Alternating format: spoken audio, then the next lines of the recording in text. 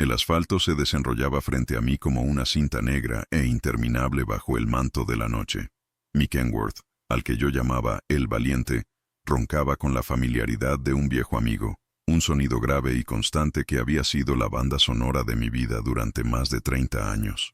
Las luces del tablero arrojaban un resplandor verdoso sobre mis manos, curtidas por el sol y el trabajo, firmemente sujetas al volante. A mis 62 años, la carretera era mi hogar, mi refugio, y a veces, mi penitencia. La carga de aguacates que llevaba desde Michoacán hasta Laredo no era pesada, pero el viaje sí lo era, cargado de recuerdos y de un silencio que últimamente se sentía más denso de lo normal. La soledad del trailero es una cosa curiosa. Uno se acostumbra a ella, la busca, pero hay noches en que pesa más que cualquier remolque. Esa era una de esas noches. Para romper la monotonía, encendí la radio. No buscaba música, sino compañía, el murmullo de una voz humana que me recordara que el mundo seguía girando más allá de mi cabina. La perilla giró y, tras una ráfaga de estática, una voz de locutor, clara y profunda, llenó el espacio. No era una estación de música norteña ni de noticias, sino una de esas de corte antiguo, que transmiten programas de conversación o radionovelas. No le presté demasiada atención al principio, simplemente dejé que las palabras fluyeran mientras mis ojos escrutaban la oscuridad, atentos a cualquier reflejo de ojos de venado o a la silueta de un tráiler descompuesto en el acotamiento. El tema del programa parecía ser sobre segundas oportunidades, sobre caminos no tomados. El locutor hablaba con una calma casi hipnótica, una de esas voces que parecen saber más de la vida de lo que dicen. Hablaba de momentos decisivos, de encrucijadas que marcan un antes y un después. Y entonces, de la nada, su tono cambió ligeramente, como si se dirigiera a un solo oyente. A mí. Hay lugares que nos llaman, dijo, y sentí un escalofrío recorrer mi espalda. Puntos en el mapa de nuestra vida que guardan un eco, una pregunta sin respuesta. A veces, para seguir adelante, es necesario volver. Tragué saliva. El café tibio en el portavasos de repente me pareció amargo. ¿De qué diablos hablaba este tipo? Continué manejando, tratando de ignorar una creciente inquietud. La carretera de Matehuala es un tramo largo y solitario, famoso por sus rectas infinitas y sus leyendas. Había pasado el entronque hacia el pueblo hacía ya un buen rato. Calculaba que estaría acercándome al kilómetro 100 o más. Mis pensamientos derivaron hacia mi esposo, Arturo. Hacía 10 años que se había ido. 10 años desde que su tráiler, idéntico a este, se había volcado en una noche como esta, en esta misma carretera. La voz en la radio interrumpió mis recuerdos con una frase que me heló la sangre. Vuelve al kilómetro 81. Parpadeé, confundida. Debí haber escuchado mal. Era imposible. Sacudí la cabeza, atribuyéndolo al cansancio, a las horas interminables de vigilia. Pero la voz lo repitió, esta vez con una urgencia apenas contenida. Soledad, vuelve al kilómetro 81. Mi nombre. Dijo mi nombre. Mi corazón dio un vuelco tan violento que sentí que se me salía del pecho. Pisé el freno instintivamente, y el valiente protestó con un chirrido metálico que rompió el silencio de la noche. Me detuve en el acotamiento, con el motor aún en marcha, temblando. Miré la radio como si fuera una serpiente. La voz del locutor había desaparecido, reemplazada por una canción ranchera de desamor. ¿Lo había imaginado? ¿Estaba perdiendo la cabeza? Revisé los espejos. Nada. Solo la oscuridad y el camino vacío detrás de mí. El kilómetro 81. Ese maldito kilómetro. El lugar exacto donde Arturo había muerto. La versión oficial fue que se quedó dormido. Un simple y trágico accidente. Pero en el fondo de mi alma, una espina había permanecido clavada durante una década. Algo nunca me cuadró. Arturo no era un novato. Era el mejor trailero que había conocido, metódico, casi obsesivo con su seguridad y sus horas de descanso. Nunca, jamás, se habría arriesgado a manejar con sueño. Pura pinche locura, Soledad, me dije en voz alta, mi propia voz sonando extraña en la cabina. Es el cansancio, la tristeza. Intenté racionalizarlo. Quizás el locutor dijo un nombre parecido. Soledad es común. Quizás mencionó el kilómetro 81 como parte de una historia, un ejemplo. Pero la claridad, la directiva, había sido inconfundible. Vuelve. ¿Volver para qué? ¿Para reabrir una herida que a duras penas había logrado cicatrizar? ¿Para enfrentarme al fantasma de mi marido en medio de la nada? La idea era absurda, peligrosa. Tenía una entrega que cumplir, un horario, mi reputación. El negocio que Arturo y yo habíamos construido con tanto esfuerzo dependía de mi profesionalismo. Apagué la radio con un golpe seco. Respiré hondo, tratando de calmar el galope de mi corazón. Puse el Valiente en marcha de nuevo y me reincorporé a la carretera, empujando la experiencia al fondo de mi mente como se empuja un mal recuerdo. Me concentré en la línea amarilla, en las millas que pasaban, en la promesa del amanecer y un café caliente en la próxima parada. Pero la frase resonaba en mi cabeza, un eco persistente que no podía acallar. Vuelve al kilómetro 81. Pasé el poste que marcaba el kilómetro 120, luego el 130. Estaba a horas de distancia. Volver era una locura. Sin embargo, con cada kilómetro que me alejaba, la sensación de que estaba cometiendo un error terrible se hacía más fuerte, como si estuviera conduciendo en la dirección equivocada, no solo en la carretera, sino en mi propia vida. Una fuerza invisible parecía tirar de mí hacia atrás, una urgencia que no nacía del miedo, sino de algo más profundo, algo que se sentía como una promesa de verdad. Arturo y yo nos conocimos en un paradero de camiones en Querétaro. Yo era mesera, sirviendo café y enchiladas a hombres cansados con la mirada perdida en el horizonte. Él entró una tarde, con el polvo del camino en sus botas y una sonrisa que podría haber iluminado el local entero. No era el típico trailero rudo y fanfarrón. Había una nobleza en su porte, una gentileza en sus ojos. Pidió un café negro y un plato de chilaquiles, y mientras comía no me quitaba la vista de encima. No de una manera lasciva, sino con una curiosidad genuina, como si estuviera tratando de leer mi historia. «Te pareces a una mujer que no debería estar aquí», me dijo finalmente. Su voz un barítono suave. «Ah, sí. ¿Y dónde debería estar según tú?», le respondí con el desparpajo que me había dado la vida. Él sonrió. «Donde sea que tu corazón quiera estar. Pero no parece que esté aquí». Tenía razón. Yo soñaba con algo más, con la libertad del camino que veía en los ojos de los hombres a los que servía. Soñaba con ver el país, no desde la ventana de una cocina grasienta, sino desde la cabina de un gigante de acero. Aquel día, Arturo no solo me pagó la cuenta, me ofreció un escape, me enseñó a manejar, a conocer el motor, a respetar la carretera. Nos casamos un año después, y con nuestros ahorros y un préstamo que nos costó sudor y lágrimas conseguir, compramos nuestro primer tráiler. Lo bautizamos El Soñador. Juntos construimos una pequeña pero respetada empresa de transporte. Transportes Valdés, la llamamos. Nuestra filosofía era simple: honestidad, puntualidad y trabajo duro. Mientras otras empresas crecían a base de trampas y favores, nosotros lo hacíamos a base de confianza. Arturo era el corazón de la operación, el estratega. Yo era los brazos y las piernas, recorriendo miles de kilómetros a su lado.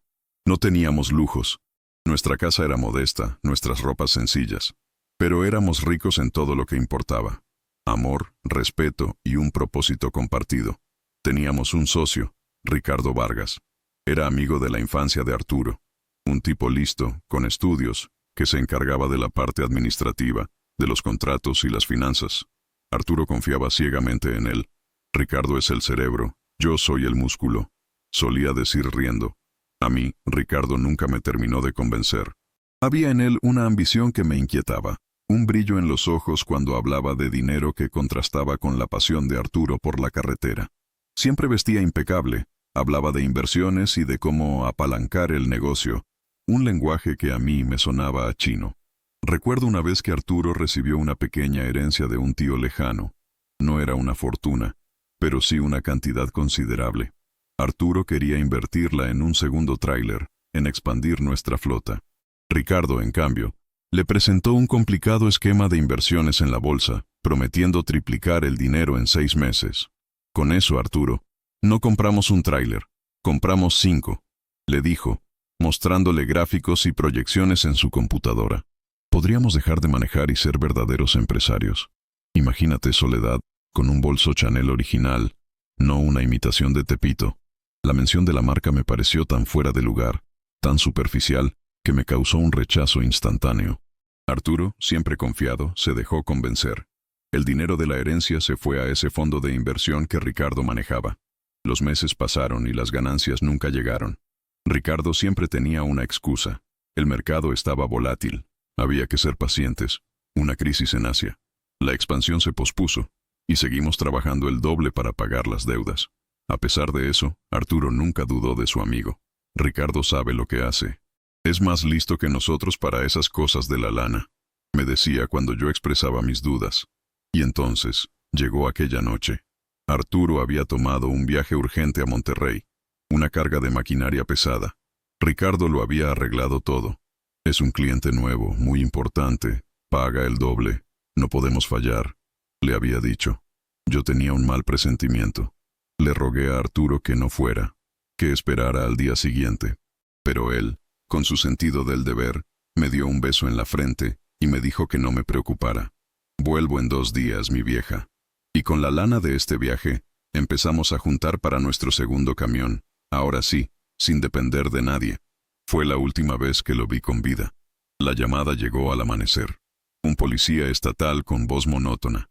Un accidente en el kilómetro 81 de la carretera a Matehuala. Volcadura. Muerte instantánea. El mundo se me vino encima. Ricardo estuvo a mi lado en todo momento durante el funeral. Lloró, me abrazó, me dijo que él se haría cargo de todo, y lo hizo. Se encargó de los papeles, del seguro, de la empresa. Unas semanas después, me sentó en la cocina de mi casa, la misma donde Arturo y yo habíamos planeado nuestro futuro, y me dio la noticia. Soledad, lo siento mucho. Con la muerte de Arturo, la empresa es insolvente. Las deudas nos comen. El seguro del tráiler apenas alcanza para cubrir lo que debemos. No queda nada. Sentí como si me dieran un segundo golpe. No solo había perdido a mi marido, sino también nuestro sueño, nuestro patrimonio. Le creí. ¿Por qué no habría de hacerlo? Estaba destrozada, perdida en un mar de dolor. Ricardo me dio algo de dinero de su bolsillo, dijo para que pudiera salir adelante. Vendió los restos del tráiler por chatarra y cerró Transportes Valdés. Me quedé sola, con mi dolor y un tráiler viejo que habíamos comprado años atrás y que usábamos para viajes cortos, el Valiente. Con él, volví a la carretera, no por sueño, sino por necesidad. Durante 10 años, manejé en silencio, cargando mi pena como si fuera parte del remolque. Nunca volví a pasar por ese tramo de la carretera a Matehuala de noche, hasta hoy. Y ahora, una voz surgida de la nada me pedía que volviera al epicentro de mi tragedia. ¿Qué chingados quieres de mí, Arturo? Susurré a la oscuridad, las lágrimas nublando mi vista. ¿Qué se te quedó ahí que no me deja en paz? El volante se sentía frío bajo mis manos. La decisión que tenía que tomar no era solo sobre girar un camión de 18 ruedas en medio de la noche. Era sobre girar el curso de mi vida, enfrentar la oscuridad del pasado para ver si, de una vez por todas, podía encontrar algo de luz. Y en el fondo de mi corazón, una idea, tan aterradora como liberadora, comenzó a tomar forma. La voz en la radio no era la del cansancio, era la voz de la verdad que había ignorado durante una década. La verdad de que la muerte de Arturo no había sido un accidente. La decisión no fue un relámpago, sino una brasa que fue creciendo en mi pecho, alimentada por una década de dudas silenciosas y por la inexplicable sacudida de aquella voz en la radio. Me orillé en una pequeña gasolinera abandonada, cuyas bombas oxidadas parecían esqueletos bajo la luna. Apagué el motor de El Valiente y el silencio que siguió fue casi ensordecedor, llenado solo por el zumbido de mis propios pensamientos. Volver al kilómetro 81. La idea era una mezcla de terror y una extraña, casi magnética, atracción. Era como asomarse a un abismo que uno ha evitado durante años, sabiendo que en el fondo no solo hay oscuridad, sino también respuestas. Saqué mi viejo cuaderno de bitácora, el mismo que usaba en los tiempos de Arturo, con las hojas amarillentas y los bordes gastados. En la última página, con una pluma temblorosa, escribí: propósito definido, descubrir la verdad sobre la muerte de Arturo. Me sentí un poco tonta, como si estuviera jugando a ser detective, pero escribirlo, verlo en papel, le dio una solidez, una formalidad que mi mente necesitaba. Era un concepto que Arturo había aprendido de uno de esos libros de superación personal que le gustaba leer, esos de Napoleon Hill que hablaban del poder del pensamiento.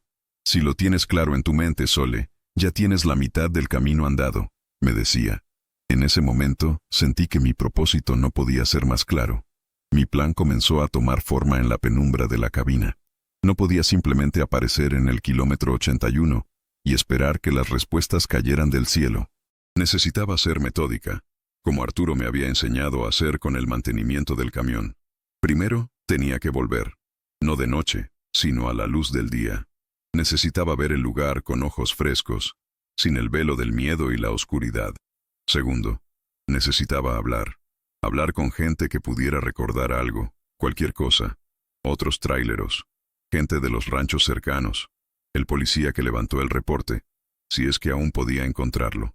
Tercero, y esto era lo más difícil, necesitaba examinar los papeles, las finanzas de nuestra antigua empresa.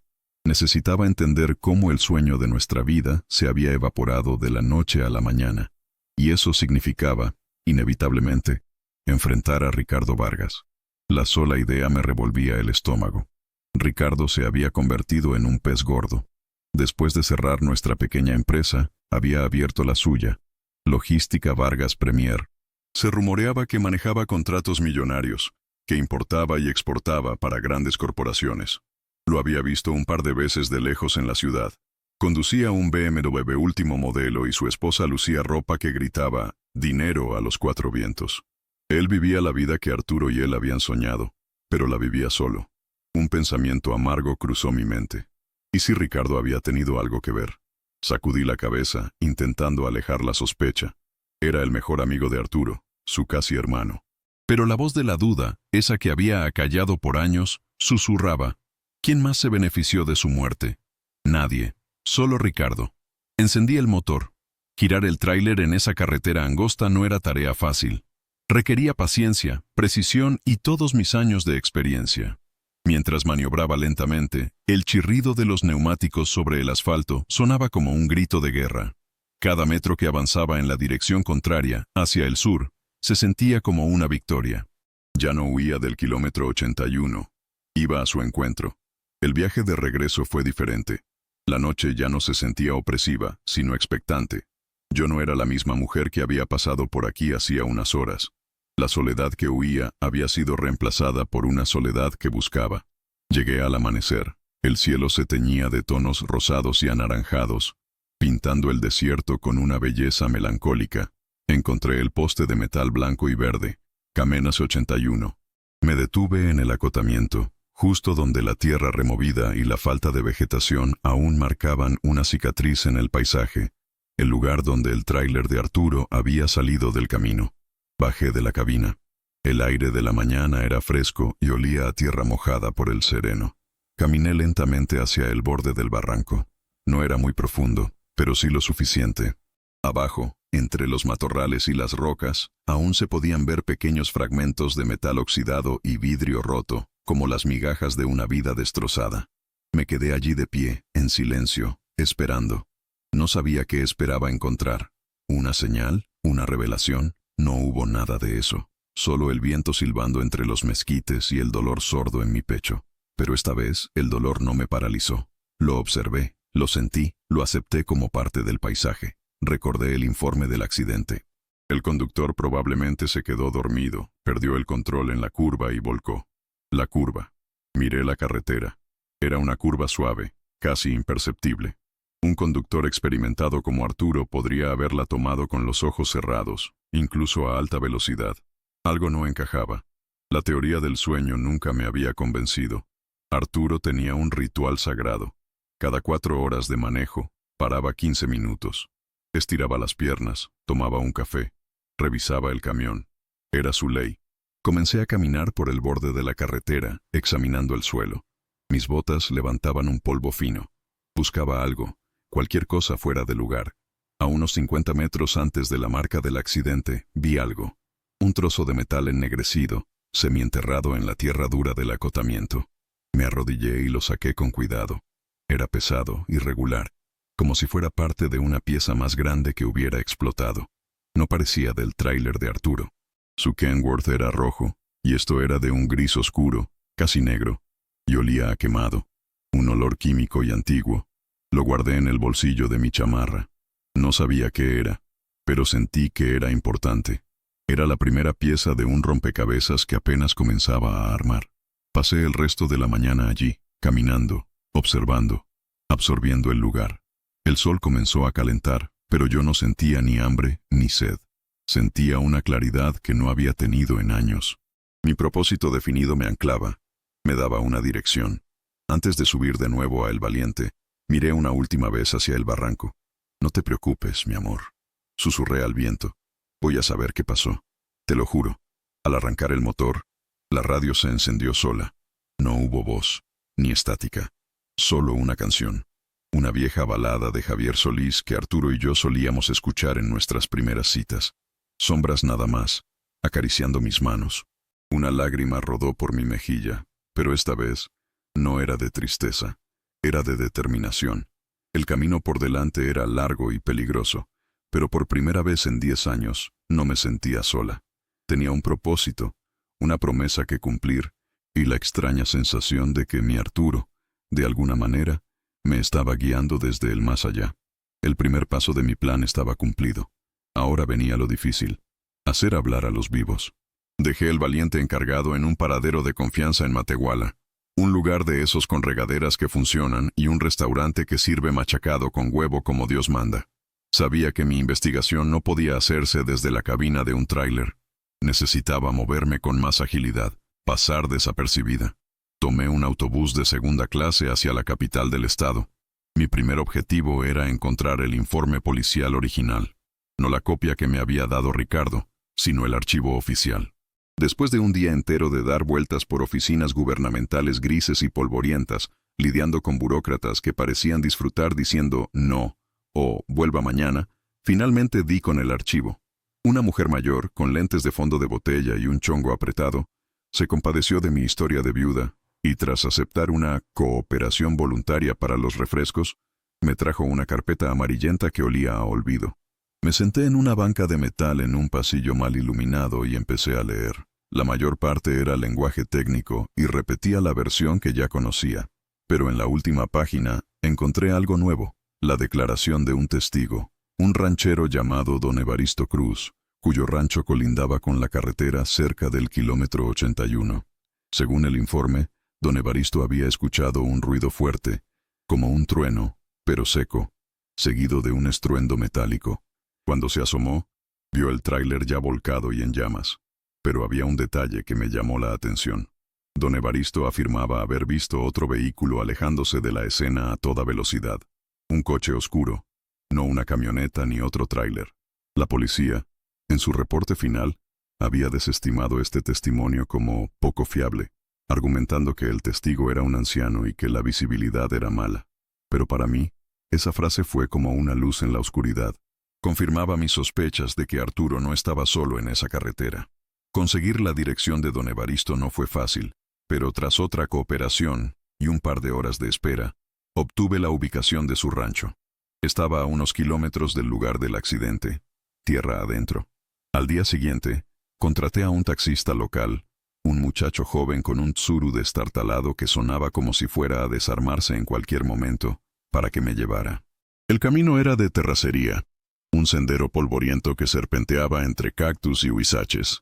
El rancho era una construcción humilde de adobe, con un corral de chivas y un perro flaco que nos ladró con desconfianza.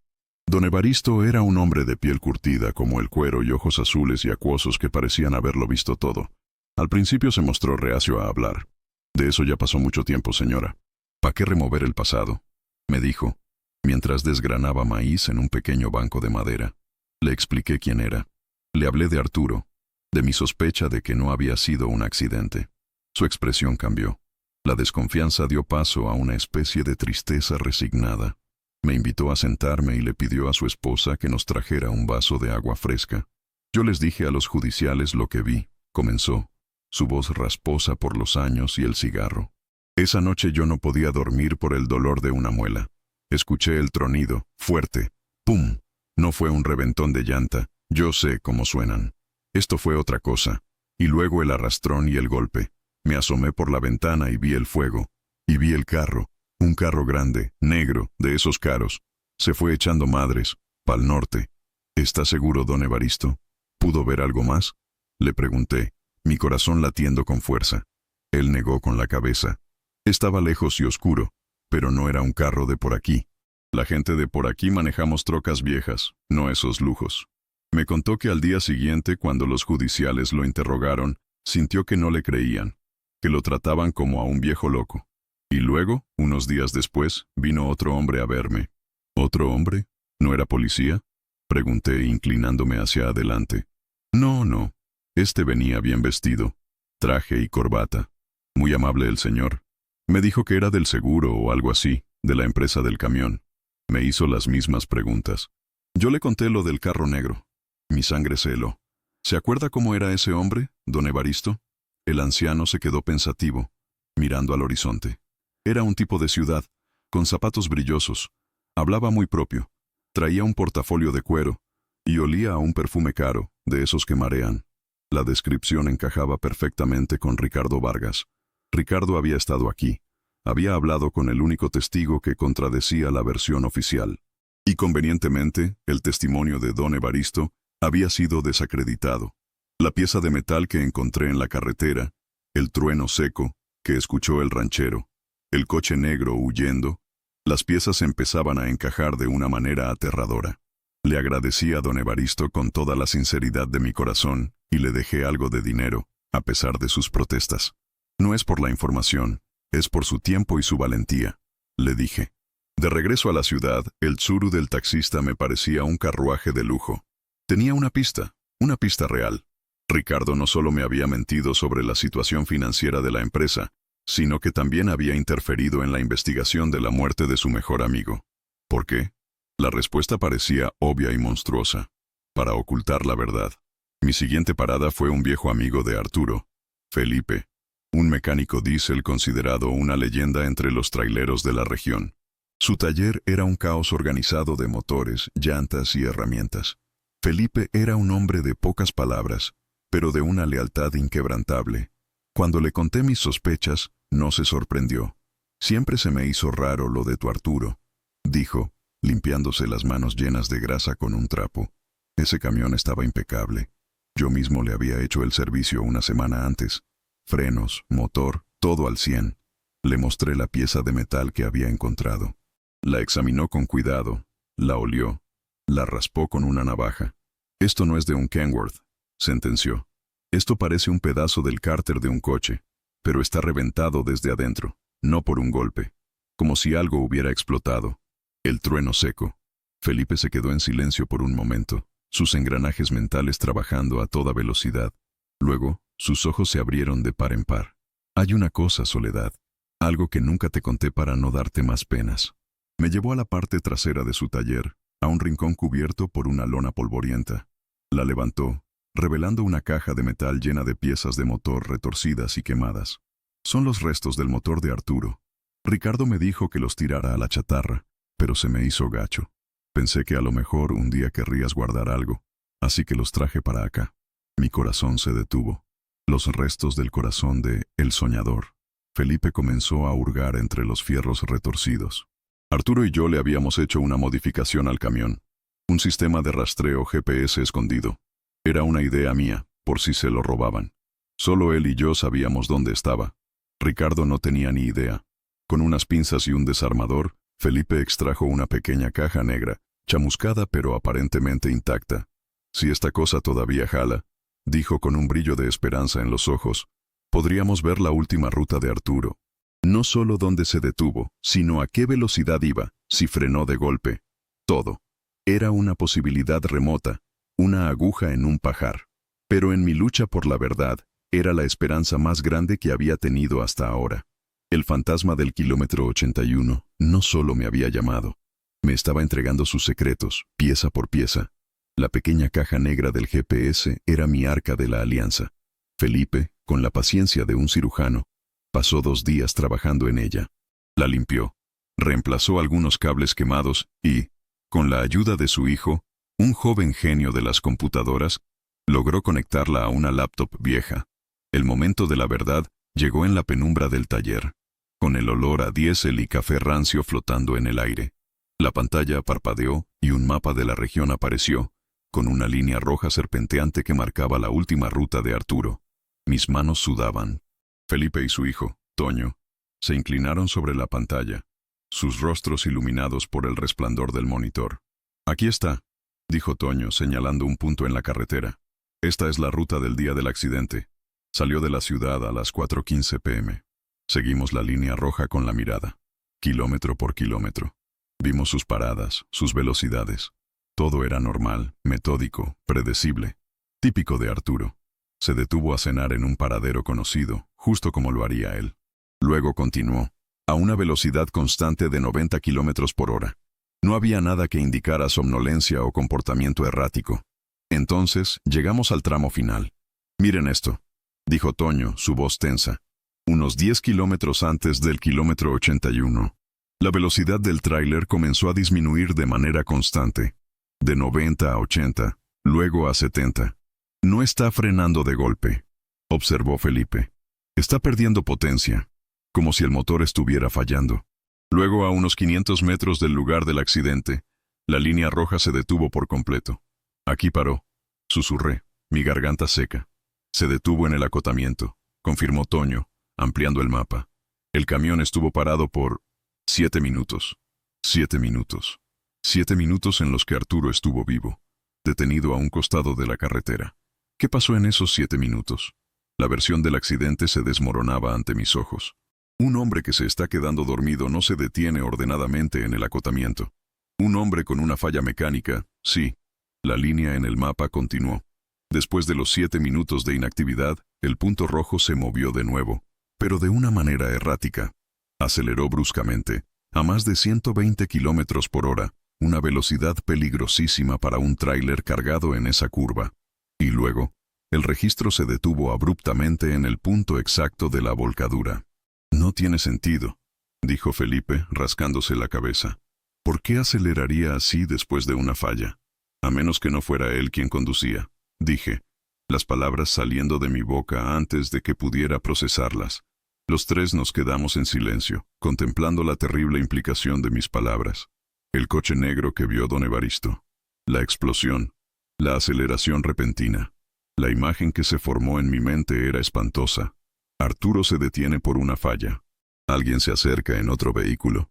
Lo que sea que haya pasado en esos 7 minutos, terminó con alguien más al volante del tráiler de mi esposo, lanzándolo deliberadamente hacia el barranco.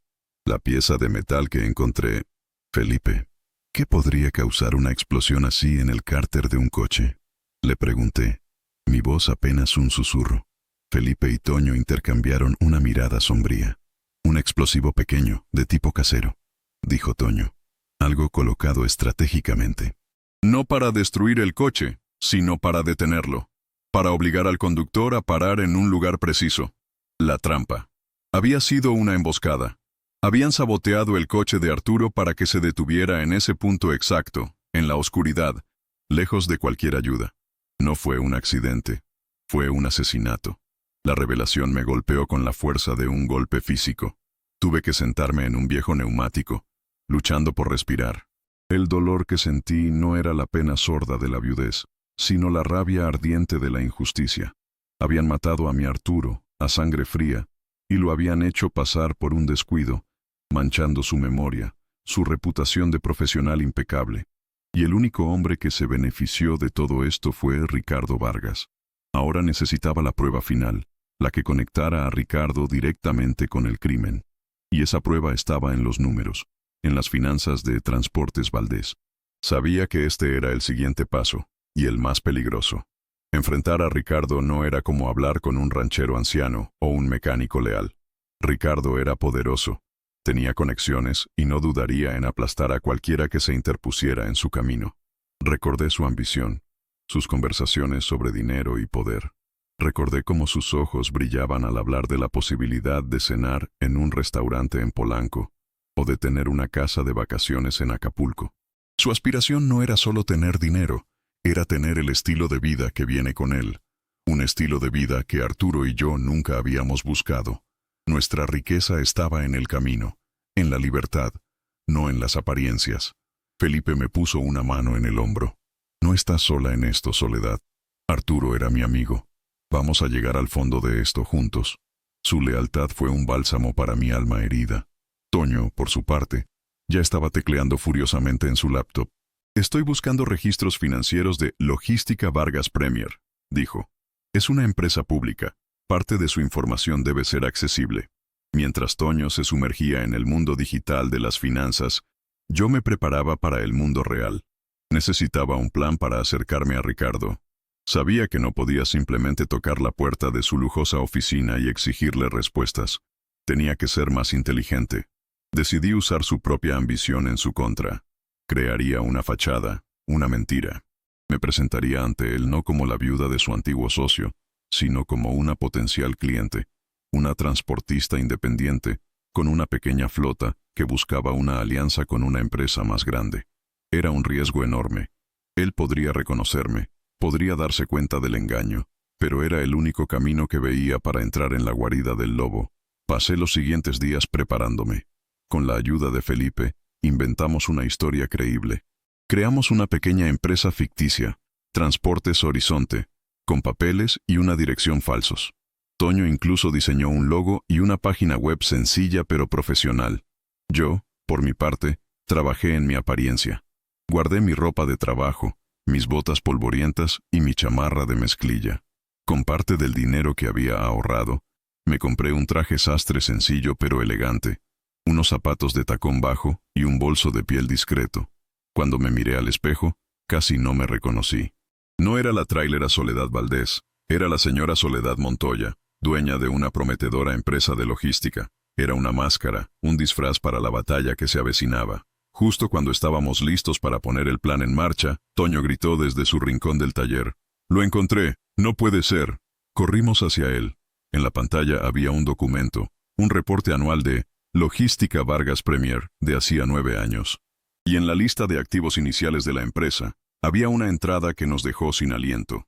Una transferencia de una cuenta de inversión offshore, una cantidad de dinero considerable, la misma cantidad que Arturo había heredado y que supuestamente se había perdido en la bolsa.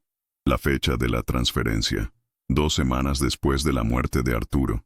Ricardo no había perdido el dinero, lo había robado. Se lo había transferido a sí mismo y lo había usado como capital semilla para fundar su propio imperio. La herencia de mi marido fue la primera piedra de la fortuna de Ricardo Vargas. Era la prueba que necesitaba. El motivo. El círculo se estaba cerrando. El edificio corporativo de Logística Vargas Premier era un monolito de cristal y acero en una de las zonas más exclusivas de la ciudad, un mundo aparte de los talleres grasientos y los paraderos de camiones que yo conocía. Al entrar, el aire acondicionado me golpeó con una frialdad que no era solo de temperatura. El mármol del suelo brillaba, y una recepcionista con un peinado perfecto y una sonrisa ensayada me miró por encima de sus gafas de diseñador. «Tengo una cita con el señor Vargas», dije, mi voz sonando más firme de lo que me sentía. Mi nombre ficticio, Soledad Montoya, pareció surtir efecto. Tras una breve llamada, la recepcionista me indicó que subiera al último piso, el penthouse. El ascensor subió en un silencio vertiginoso, y con cada piso, sentía que mi corazón latía más rápido. Este era el momento. Toda mi vida, todo mi dolor y mi búsqueda se reducían a esta confrontación. Cuando las puertas se abrieron, me encontré en una oficina que parecía sacada de una revista. Ventanales del suelo al techo ofrecían una vista panorámica de la ciudad. Muebles de diseño, arte moderno en las paredes, y, sentado detrás de un escritorio de caoba que era más grande que la mesa de mi cocina, estaba Ricardo Vargas. Había envejecido, pero no de la manera en que envejece la gente que trabaja bajo el sol. Tenía el aspecto pulcro y cuidado de quien paga por ello.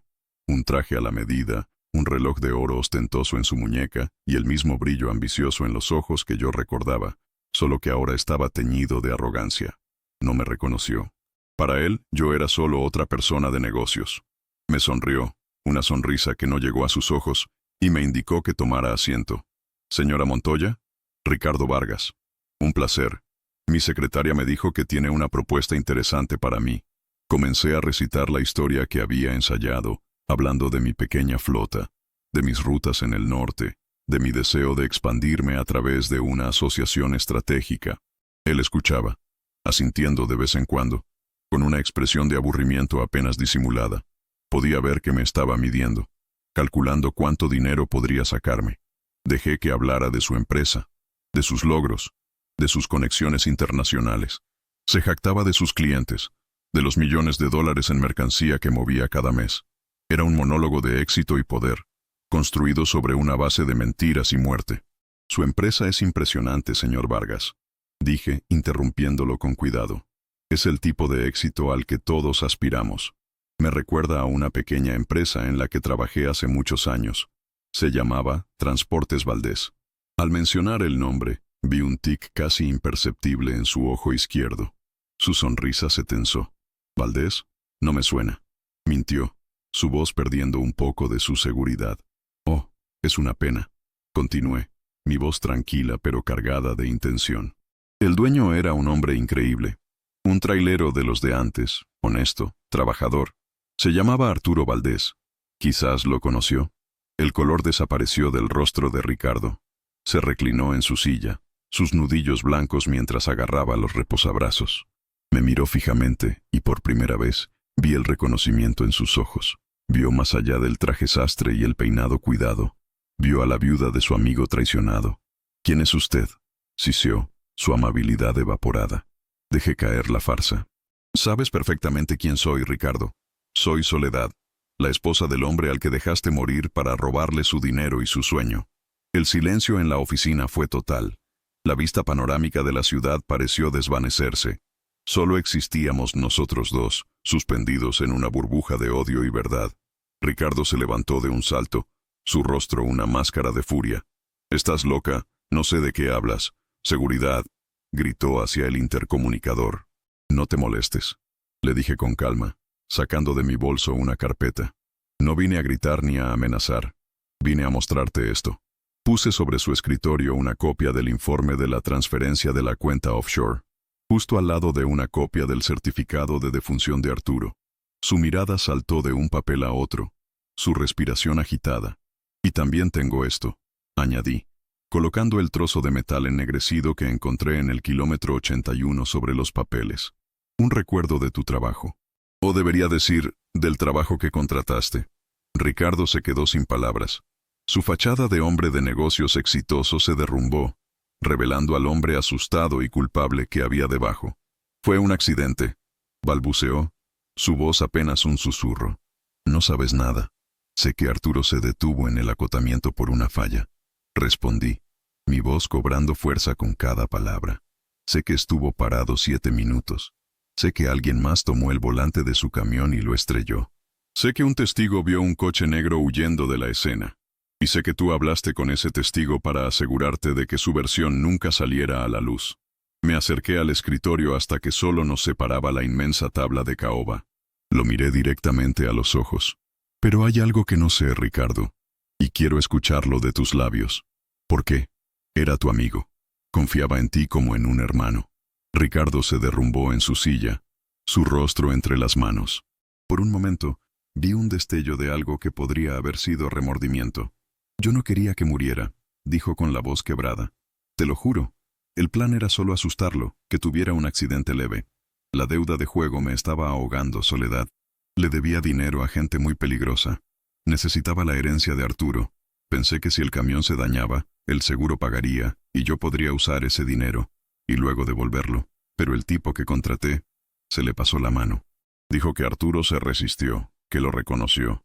Las cosas se salieron de control. La confesión, aunque vomitada por desesperación, fue como un cuchillo en mi corazón. No había sido solo por ambición, sino por la más sórdida de las debilidades. Había sacrificado la vida de su mejor amigo por una deuda de juego. Así que manchaste su nombre», le dije, mi voz helada. «Dejaste que todos creyeran que fue su culpa, que se quedó dormido. El trailero más cuidadoso de todo México, y tú dejaste que muriera con esa mentira sobre su tumba». Me di la vuelta, incapaz de seguir mirándolo. «Todo esto», dije, señalando la oficina, la vista, el lujo, «está construido sobre sangre y traición. Espero que disfrutes la vista desde aquí arriba, Ricardo, porque estás a punto de caer muy, muy bajo». Salí de la oficina sin mirar atrás.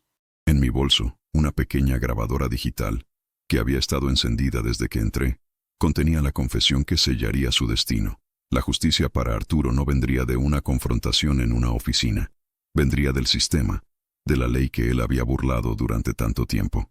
La voz del kilómetro 81 no solo me había pedido que volviera, me había pedido que terminara lo que Arturo no pudo, exponer la verdad, sin importar el costo. Y yo estaba a punto de cumplir mi promesa. La confesión de Ricardo, grabada con una claridad escalofriante, era el arma definitiva. Pero sabía que entregarla a la policía local, la misma que había desestimado el testimonio de don Evaristo hacía 10 años, sería un error. La corrupción tiene raíces profundas, y el dinero de Ricardo podía comprar mucho silencio. Felipe, siempre práctico, tuvo la solución. «Conozco a un tipo», dijo, «un periodista de investigación de la capital, de esos de la vieja escuela, incorruptible. Se llama Mateo Rivas. Le destapó una cloaca al gobierno hace un par de años y casi lo desaparecen. Si alguien puede manejar esto, es él». Toño encontró su contacto, un correo electrónico encriptado. Le enviamos un mensaje vago pero urgente. «Tenemos pruebas irrefutables sobre un asesinato de hace 10 años que involucra a un prominente hombre de negocios. La vida de un inocente fue destruida y su memoria manchada. Buscamos justicia, no venganza». La respuesta llegó en menos de una hora. «Encontrémonos. Lugar público. Sin teléfonos». El encuentro fue en un café bullicioso en el centro histórico de la Ciudad de México. Mateo Rivas era un hombre de unos 50 años, con el cabello canoso y una mirada cansada pero increíblemente aguda. Parecía que podía ver a través de las paredes. Le contamos toda la historia, desde la voz en la radio hasta la confesión en la oficina de Ricardo. Le entregamos las pruebas, los datos del GPS, la declaración de don Evaristo, los documentos financieros y, finalmente, la grabación. Escuchó la confesión de Ricardo en unos audífonos, su rostro impasible. Cuando terminó, se quitó los audífonos y me miró fijamente durante un largo momento. «Señora», dijo con una voz grave, «usted no es solo una trailera. Es una de las personas más valientes que he conocido. Por primera vez en mucho tiempo, sentí que el peso sobre mis hombros se aligeraba». Le había pasado la estafeta a alguien que sabía cómo correr con ella. Mateo nos explicó su plan. No publicaría la historia de inmediato. Primero, llevaría las pruebas a una unidad especial de la Fiscalía Federal con la que tenía contactos de confianza. La publicación del reportaje coincidiría con la orden de arresto, para evitar que Ricardo pudiera usar sus influencias para escapar o destruir más pruebas. Los días que siguieron fueron una tortura de espera y ansiedad. Volví a mi vida, a la carretera, a El Valiente. Pero cada llamada, cada noticia, me hacía saltar el corazón. Ricardo, ajeno a la tormenta que se cernía sobre él, continuaba con su vida. Incluso lo vi en una revista de sociales, sonriendo en una gala benéfica. La imagen me revolvió el estómago. Se creía intocable, protegido por su castillo de dinero y poder. Una semana después, mientras estaba cargando diésel en una estación de servicio en San Luis Potosí, mi viejo teléfono sonó. Era Mateo. «Prenda la televisión. Canal Nacional. Ahora», dijo, y colgó. Con las manos temblorosas, encendí la pequeña televisión portátil que tenía en la cabina. La noticia principal de la tarde estaba comenzando. Y allí, en la pantalla, apareció el rostro de Ricardo Vargas. No sonriendo en una fiesta, sino con el rostro desencajado, siendo escoltado por agentes federales fuera de su reluciente edificio de oficinas. El titular decía: «Empresario millonario arrestado por el asesinato de su ex socio». Me quedé paralizada, viendo las imágenes una y otra vez. Los reporteros se agolpaban, lanzando preguntas. Ricardo no decía nada, solo miraba al suelo, derrotado. El imperio que había construido sobre los huesos de mi marido se derrumbaba en vivo y en directo para todo el país. El reportaje de Mateo era una obra maestra de periodismo. Contaba la historia de Arturo y mía, nuestro sueño. Mostraba fotos de nosotros en nuestros primeros años, sonrientes junto a El Soñador.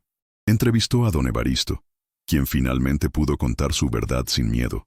Entrevistó a Felipe, quien explicó la evidencia técnica del GPS. Y luego reprodujo un fragmento de la grabación. La voz de Ricardo, quebrada, confesando su crimen. La noticia cayó como una bomba. La historia de la viuda trailera que había resuelto el asesinato de su esposo después de una década se convirtió en una sensación nacional. De repente, mi teléfono no paraba de sonar. Reporteros, productores de televisión, incluso gente de Hollywood que quería comprar los derechos de mi vida. Apagué el teléfono. No quería nada de eso. Mi única recompensa era la justicia. Unos días después, recibí una llamada de un abogado. Las autoridades habían congelado todos los activos de Ricardo, incluyendo la cuenta bancaria bloqueada que contenía los fondos ilícitos. Al demostrarse que el capital inicial de su empresa provenía del dinero robado a Arturo, una parte significativa de su fortuna me pertenecía por derecho. Se hablaba de millones. La noticia me dejó fría. El dinero nunca había sido mi objetivo. ¿De qué me servía ahora una fortuna? Arturo ya no estaba para compartirla conmigo. Pensé en la ironía de todo. Ricardo había matado por un estilo de vida que a mí no me interesaba. Había soñado con mansiones y yates, mientras que mi mayor felicidad había sido compartir un plato de frijoles con Arturo en la cabina de nuestro camión, viendo el atardecer en alguna carretera perdida. Decidí que usaría ese dinero para honrar la memoria de mi esposo de la manera que a él le hubiera gustado. Crearía una fundación, la Fundación Valdés para Traileros, para ayudar a las familias de los operadores que hubieran sufrido accidentes o injusticias. Ofrecería becas para los hijos de los traileros, para que pudieran estudiar y tener las oportunidades que nosotros nunca tuvimos, y compraría un terreno, uno grande, para construir el mejor paradero de camiones de todo México. Un lugar seguro, limpio, con comida decente y camas cómodas. Un lugar donde los héroes anónimos de la carretera pudieran descansar como reyes. Un lugar digno del legado de Arturo Valdés. El juicio fue largo y mediático. Ricardo contrató al mejor bufete de abogados del país. Un equipo que había defendido a políticos corruptos y a capos del narcotráfico. Intentaron de todo. Quisieron desacreditarme, pintarme como una mujer amargada y vengativa. Quisieron invalidar la grabación, argumentando que fue obtenida ilegalmente, pero las pruebas eran abrumadoras. El testimonio de don Evaristo, los datos del GPS, los registros financieros y mi propia historia, contada con la simple y llana verdad. El día de la sentencia, la sala del tribunal estaba abarrotada. Cuando el juez leyó el veredicto, culpable de homicidio calificado, y lo sentenció a 50 años de prisión sin derecho a fianza, no sentí una explosión de alegría. Sentí una profunda y tranquila paz. Era como si una carga que había llevado sobre mis hombros durante 10 años, finalmente, se hubiera disuelto. Al salir del juzgado, rodeada de cámaras y micrófonos, vi a lo lejos a la esposa de Ricardo. Ya no llevaba su bolso Chanel ni sus joyas de diseñador. Su rostro estaba demacrado, sus ojos hinchados de tanto llorar. Nuestras miradas se cruzaron por un instante. No vi odio en sus ojos, solo una inmensa y desoladora tristeza. En ese momento, no sentí ninguna satisfacción por su desgracia, solo una profunda lástima por una vida desperdiciada en la búsqueda de cosas equivocadas. La justicia había llegado, no como un trueno, sino como una lluvia suave que limpia el polvo del camino y permite que la vida, finalmente, vuelva a florecer. El ruido del juicio se apagó, las cámaras se fueron, y la vida, poco a poco, retomó su ritmo. Me encontré sentada en la oficina de un banco privado, de esas con sillones de piel y café servido en tazas de porcelana. Un joven ejecutivo con un traje impecable me explicaba los detalles de la transferencia de fondos, usando palabras como portafolio de inversión, rendimientos y fideicomiso. Era el dinero recuperado de la fortuna de Ricardo, una suma que me costaba trabajo procesar. Era más dinero del que Arturo y yo hubiéramos podido soñar en 1000 vidas de trabajo. El joven banquero me miraba con una mezcla de respeto y curiosidad. Para él, yo era la viuda millonaria, la protagonista de una historia increíble. Pero en mi interior, yo seguía siendo la misma Soledad, la mujer que encontraba más consuelo en el ronroneo del motor de su camión que en el silencio de una sala de juntas. Señora Valdés, dijo el joven, con este capital, las posibilidades son infinitas. Podría comprarse una casa en Beverly Hills, viajar por el mundo en primera clase. Nunca más tendría que volver a tocar el volante de un camión. Su comentario no era malintencionado, era simplemente el lenguaje de su mundo, un mundo donde el éxito se medía en la capacidad de dejar de trabajar. Le sonreí con amabilidad. Gracias, joven. Pero creo que usted y yo tenemos ideas diferentes sobre lo que significa ser rico. Salí del banco con la extraña sensación de ser una extraña en mi propia vida. El dinero estaba ahí, en una cuenta con mi nombre, pero se sentía ajeno, como un traje que no era de mi talla. La tentación de simplemente desaparecer, de comprar una casita junto al mar y vivir mis últimos años en paz, era grande. Nadie me lo reprocharía. Había luchado mi batalla. Había ganado. Merecía descansar. Pero la imagen de Arturo, su sonrisa honesta, su pasión por la carretera, no me dejaba. Él no hubiera querido eso para mí. Nuestro sueño no era sobre el descanso, era sobre el movimiento, sobre construir algo, sobre dejar una huella. La idea de la fundación se había arraigado en mi corazón. No era solo un plan, se había convertido en mi nuevo propósito definido. Era la manera de transformar el dolor y la traición en algo positivo, en algo que perdurara. Era la manera de asegurarme de que el nombre de Arturo Valdés no fuera recordado por su trágica muerte, sino por la ayuda que brindaría a sus compañeros, a su gente. Vendí mi modesta casa en la ciudad y, por un tiempo, mi única dirección fue la cabina del Valiente. Viajé por todo el país, pero esta vez no transportaba aguacates ni maquinaria. Transportaba una idea. Me reuní con sindicatos de traileros, con dueños de pequeñas empresas de transporte, con viudas como yo. Les hablé de mi plan, un fideicomiso para becas, un fondo de ayuda legal para casos de injusticia y, el proyecto principal, la construcción de El Paradero del Soñador, un lugar que sería un oasis en la carretera. Al principio, algunos me miraban con escepticismo. Estaban acostumbrados a las promesas vacías de los políticos y a la explotación de los grandes empresarios. Pero cuando les contaba mi historia, cuando veían en mis ojos que yo era una de ellos, la desconfianza se convertía en apoyo. Hombres rudos, con manos encallecidas y rostros curtidos por 1000 batallas en el asfalto, me ofrecían su ayuda, sus conocimientos, su tiempo. Lo que necesite, doña Sole, me decían, usted no más diga. Compré un terreno grande a las afueras de San Luis Potosí, en un cruce estratégico de varias carreteras importantes. Contraté a los mejores arquitectos e ingenieros, pero con una condición, que trabajaran mano a mano con un consejo de traileros veteranos que yo misma seleccioné. Quería que cada detalle, desde la altura de las regaderas hasta el tipo de café que se serviría en el restaurante, fuera diseñado por y para la gente que lo usaría. El proceso fue lento y lleno de desafíos. Hubo problemas con los permisos, intentos de extorsión de funcionarios corruptos, proveedores que no cumplían. En más de una ocasión me sentí abrumada, tentada a tirar la toalla. En esas noches de duda, me subía a la cabina de El Valiente, encendía el motor y simplemente me quedaba ahí, en silencio, escuchando su ronroneo familiar. Era mi ancla, mi recordatorio de quién era y de dónde venía. Y a veces, cuando el silencio era más profundo, encendía la radio, esperando, quizás, volver a escuchar aquella voz. Nunca lo hizo, pero no importaba. Su mensaje ya había cumplido su misión. Me había puesto en el camino correcto. Un día, mientras supervisaba la construcción, un coche lujoso, un Mercedes-Benz reluciente, se detuvo en la entrada del terreno. De él bajó una mujer vestida con una elegancia discreta. Era la esposa de Ricardo. Se acercó a mí con vacilación. «Señora Valdés», dijo, su voz suave, «sé que no tengo ningún derecho a pedirle nada, pero he seguido su proyecto en las noticias. Lo que está haciendo es extraordinario». Me contó que se había divorciado de Ricardo, que había renunciado a todo el dinero manchado de sangre y que estaba tratando de reconstruir su vida, trabajando como voluntaria en un albergue. «Viví en una burbuja de lujos vacíos», dijo, las lágrimas asomando a sus ojos. «Ricardo me compraba bolsos de Gucci y viajes a Europa, pero nunca tuvimos lo que usted y su esposo tenían. Nunca tuvimos un sueño de verdad». Sacó un sobre de su bolso. «Es todo lo que me queda de mis ahorros personales, antes de Ricardo. No es mucho, pero quisiera donarlo a su fundación, para honrar la memoria del hombre al que mi marido le falló tan terriblemente». Acepté el sobre, no por el dinero, sino por el gesto.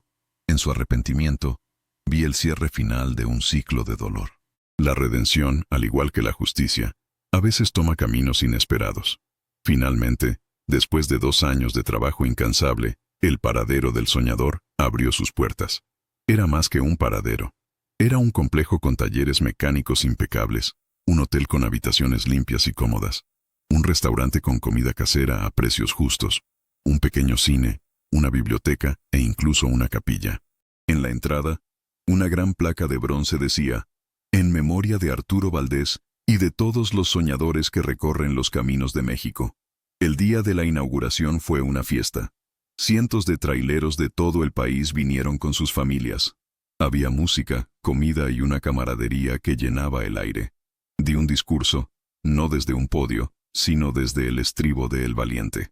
Hablé de Arturo, de la lealtad, del trabajo duro y de la importancia de cuidarnos los unos a los otros. Cuando terminé, un aplauso atronador resonó en el lugar. Vi rostros sonrientes, ojos agradecidos, y en ese momento entendí el verdadero significado de la riqueza. No estaba en una cuenta de banco, sino en el legado que dejamos, en las vidas que tocamos. Esa noche, mientras veía las luces del paradero brillar en la oscuridad, como un faro de esperanza en medio de la nada, sentí una paz que ningún dinero podría comprar. La voz del kilómetro 81 me había pedido que volviera, y al hacerlo, no solo encontré la verdad sobre el pasado de Arturo, sino que también encontré mi propio futuro. Un futuro de servicio, de propósito y de una profunda y serena felicidad. Gracias por llegar hasta el final de esta reflexión. Si estás leyendo esto, quiero que sepas que no estás solo en tu camino. Todos cargamos con nuestros propios kilómetros 81, esos lugares en el mapa de nuestra vida que nos duelen, que nos llaman, que nos piden ser confrontados. Ahora, te invito a un momento de calma, a que compartas en los comentarios cuál ha sido tu mayor desafío, esa batalla que te ha hecho más fuerte. Tus palabras pueden ser la luz que alguien más necesita para seguir adelante. Cuéntame también qué otras historias te gustaría leer, qué temas te tocan el corazón. Tu opinión es el motor que impulsa mi próxima jornada. No olvides seguirme para que juntos sigamos recorriendo estos caminos de la vida, compartiendo historias que nos inspiren, nos consuelen y nos recuerden el poder que tenemos dentro. Tu apoyo es mi combustible. Ten fe, todo va a estar bien.